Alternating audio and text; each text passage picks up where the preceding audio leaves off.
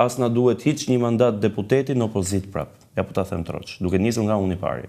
Arsyeja është sepse do të thotë duke thënë që nëse PD-ja u mbet, nëse do të ketë në 11 maj një çimentim për mandatën e 4 të Edi Ramës, që unë jam bindur që kjo nuk do të ndodhë, po nëse zgjedhjet do të sërish do të grabiten, apo do të lejojmë ne të grabiten, ka një çështje tjetër këtu, edhe kjo duhet folur. Do flasim për këtë, po është për mua është fundi i demokracisë në Shqipëri, është kapitullimi i një betejë të gjatë për të rrëzuar komunizmin. Nëse i voton populli zoti Kulliçi, i autokracisë përfundimtare në Shqipëri. I voton populli.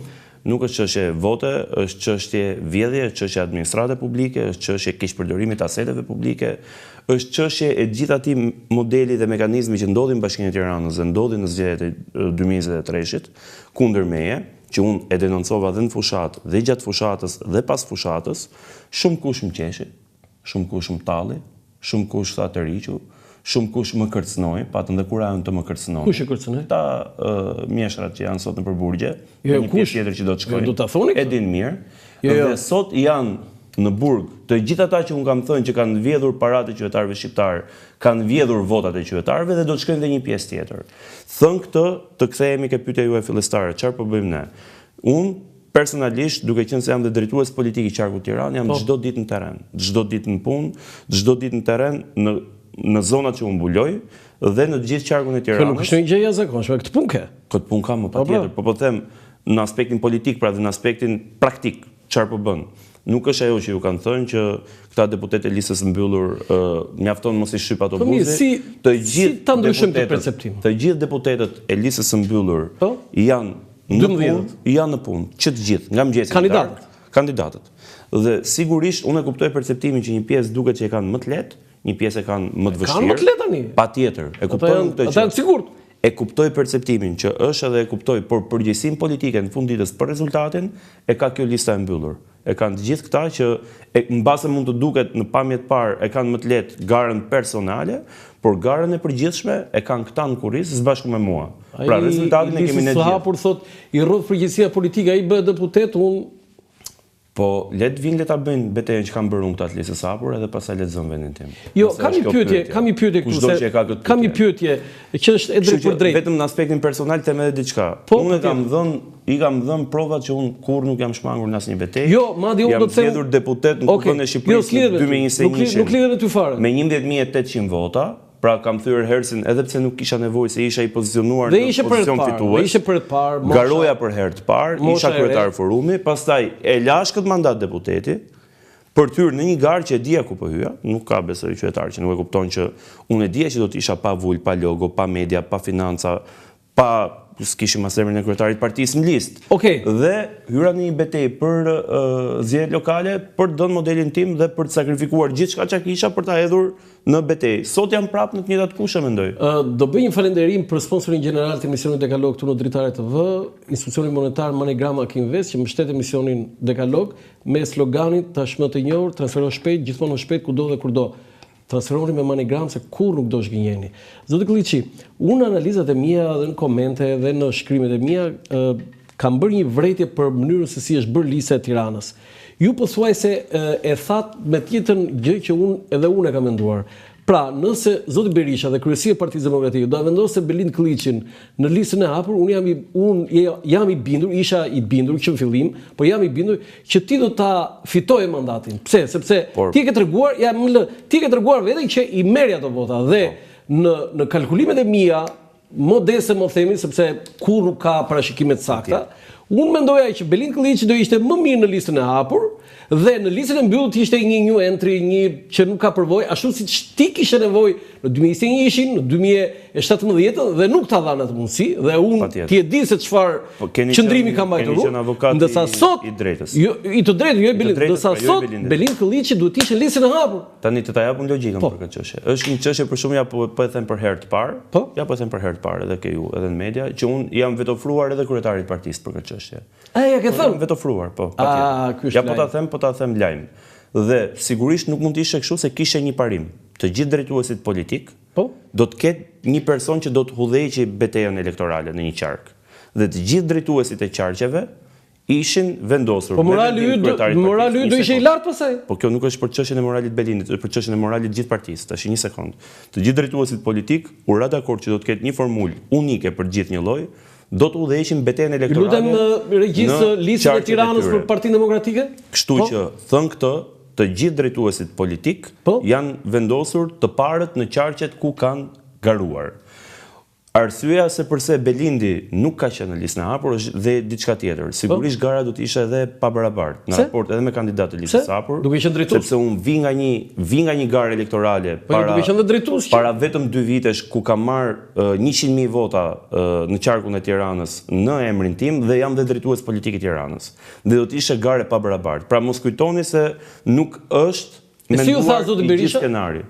Sigurisht që Belindi nuk mund të hyjë rregullin për ty. Pra të gjithë, patjetër, të gjithë drejtuesit politik do të jenë në listën e mbyllur. Po mirë, personazhet e tjerë atëherë ju ishin drejtues, po të tjerë pse nuk kaluan listën e hapur? Po sepse ka një logjikë, ja u them unë, nëse doni i futemi emër për emër. Po jo, nuk është puna e gjithë logjikën. Të gjithë kanë funksione zyrtare në parti. Një pjesë janë ex officio. Kryetari i Forumit Rinor sigurisht është i votbesuar nga Forumi Rinor Besarti dhe ka detyrë të udhëheqë Forumi Rinor. Flamur Noka sekretari i përgjithshëm? Një sekond, dhe në gjithë Shqipërinë. Flamur Noka sekretari i përgjithshëm, Berisha kryetar partie, Paloka është kryetari i Këshillit Kombëtar, pra ka dhe detyra të tjera. Albana Vokshi është kryetaria e gruas. Josefina Topalli, shumicën e fushatës e kanë nëpër diasporë, është nëpër botë. Janë 4 aleat dhe është zoti Klevis Balliu, i cili rezultoi i dyti më i votuar në Tiranë, por i pari në Bashkinë e Tiranës, pra në qark rezultoi Hysén Kadiu, dhe u dakordësua që Klevisi të ishte në listën e mbyllur dhe zoti En Kadiu nuk pranoi vet, Hysén Kadiu, që të garonte në listën e hapur. Ky ka qenë i vetmi diskutim apo i vetmi debat. Kjo Klevis edhe për Klevis Balliun vlen që ai do merrte vota. Patjetër që dhe Klevisi do të merrte vota, kjo është nga arsyet, sepse Klevisi mund të prishte edhe garën në listën e hapur, pra në një farë mënyrë, për t'i dhënë mundësi të barabartë të gjithë kandidatëve tjerë që të ishin në listën e hapur dhe të kishin shanset që të gjithë të barabarta. Mos harro që dhe për rastin e zotit Balliu është një politikan i ri që ka qëndruar 430 ditë në protest ke Unaza e Re për një kauzë të drejtë. Ka shoqëruar mua, së bashku kemi qenë në 44 javë protesta në Bashkinë Tiranë. Nuk keni ju tani. Patjetër pra, po t'jap kriteret e vlerësimit. Po jo, për mua Klevis Balliu do ta merrte po të ishte lista. Po patjetër po do të ulte ndjeshëm shanset e dikujt tjetër që është në listën e hapur për të u zgjedhur. S'më bind kjo. Sepse ai do merrte vota. Partia Demokratike është një forcë e madhe politike dhe nuk ka hall që të gjej kandidat që të mbledhin vota ke lista hapur, që të sjellin një mandat ke koshi, se ky është mentaliteti i partive të vogla, partive që janë krijuar për të marrë vetëm një mandat. Partia Demokratike ka një tjetër qasje, patjetër establishmentin e saj, drejtuesit e saj, kryesor politik i ka vendosur në pozicione mund të duket komode, por ta garantoj që të 12 këta të parët, ose hiq aleatët, 8 e Partisë Demokratike, ka përgjegjësinë politike dhe morale për rezultatin. Ju ishit dakord që 4 aleat ishin në listën e mbyllur? Ju personalisht. Të lutem mos më fut në këtë diskutim. Jo, unë do të fusëm këtë, këtu ne nuk kemi në... Është vendimarrja e kryetarit partisë edhe kryesisë Partisë Demokratike.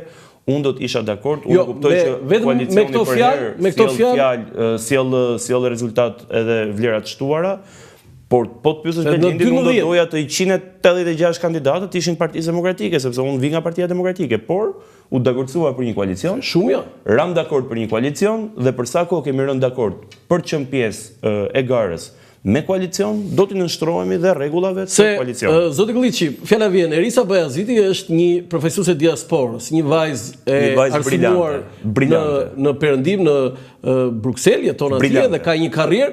Për shembull, ajo për vërtet tani ta themi troç, nuk bëhet deputete.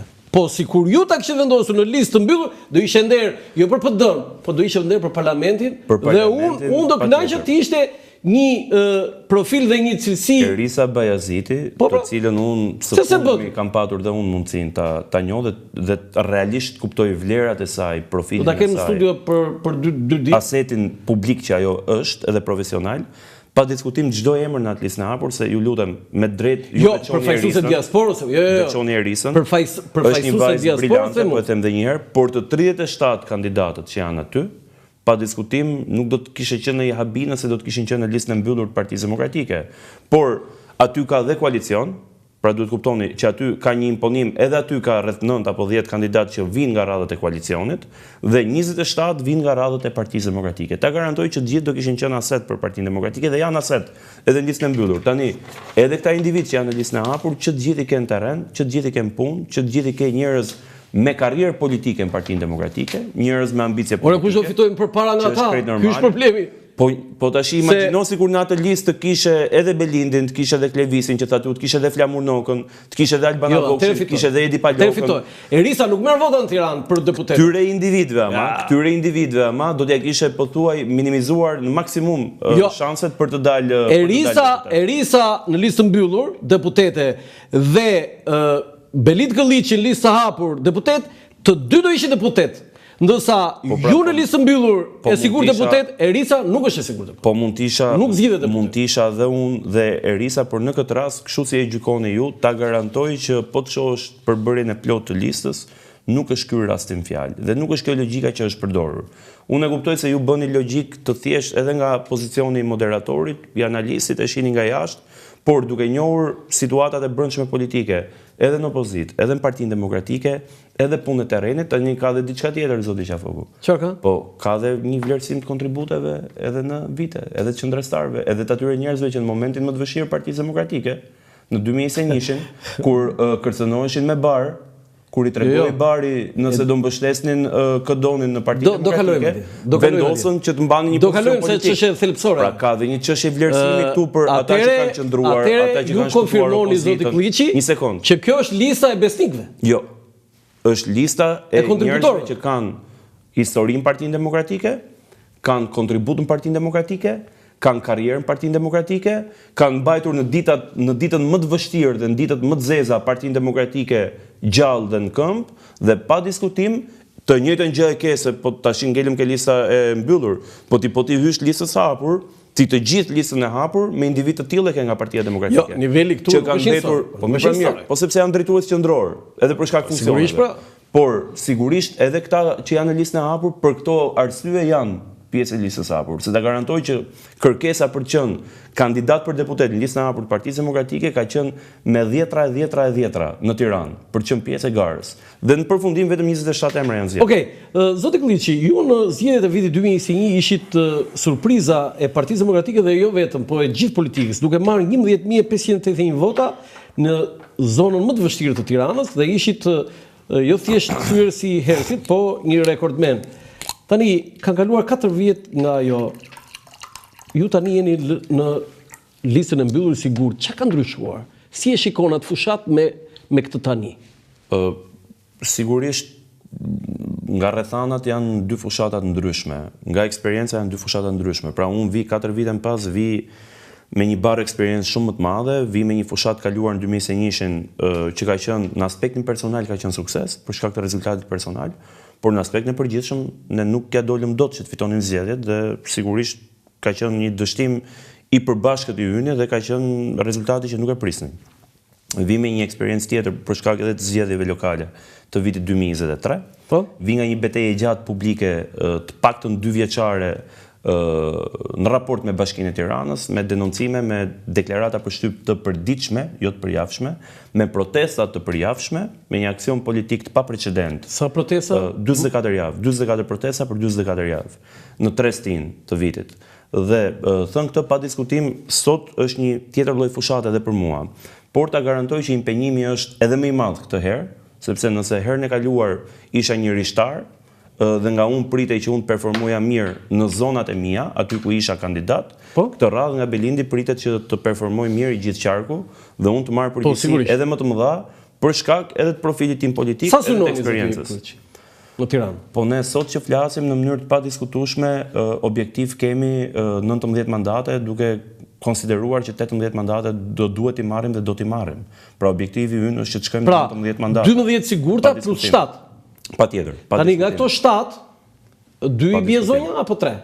Me detyrim 2, me kod zgjedhor 2. Mund të futen edhe 7 zonja nëse janë më të votuara, por me detyrim me kod zgjedhor minimalisht janë 2 janë zonja. Minimalisht janë 2. Minimalisht. Minimalisht janë 2. Që ta imponon kodi. Po pra, 1 në 3, 1 në 3. Tani, ju thoni do merrni 7 mandate. Nga 15 që keni marrë gjithsej në vitin 2021, ju do merrni 19, domethënë plus 4. 18 ose 19, po. Tani ndaj këta o 18 o 19. Objektivi tash është 19. Po them 18-19 që t'jemi me këmbë tokë, që t'jem realist. Jo. Se këmbët aty në fakt nuk i paskën tokë këmbët i ke si mua këtu te kam vendosur këtu, po kamerak në aspektin politik në këmbë, në tokë kam këmbë. A nuk duket egzageruar ky synim? Jo, nuk duket, duke llogaritur se çfarë i ka bërë kryeqytetit Partia Socialiste, Edi Rama, Erion Veliaj. Çe ka bërë? I ka vjedhur 100 milionë euro të faktuara tashmë deri tani.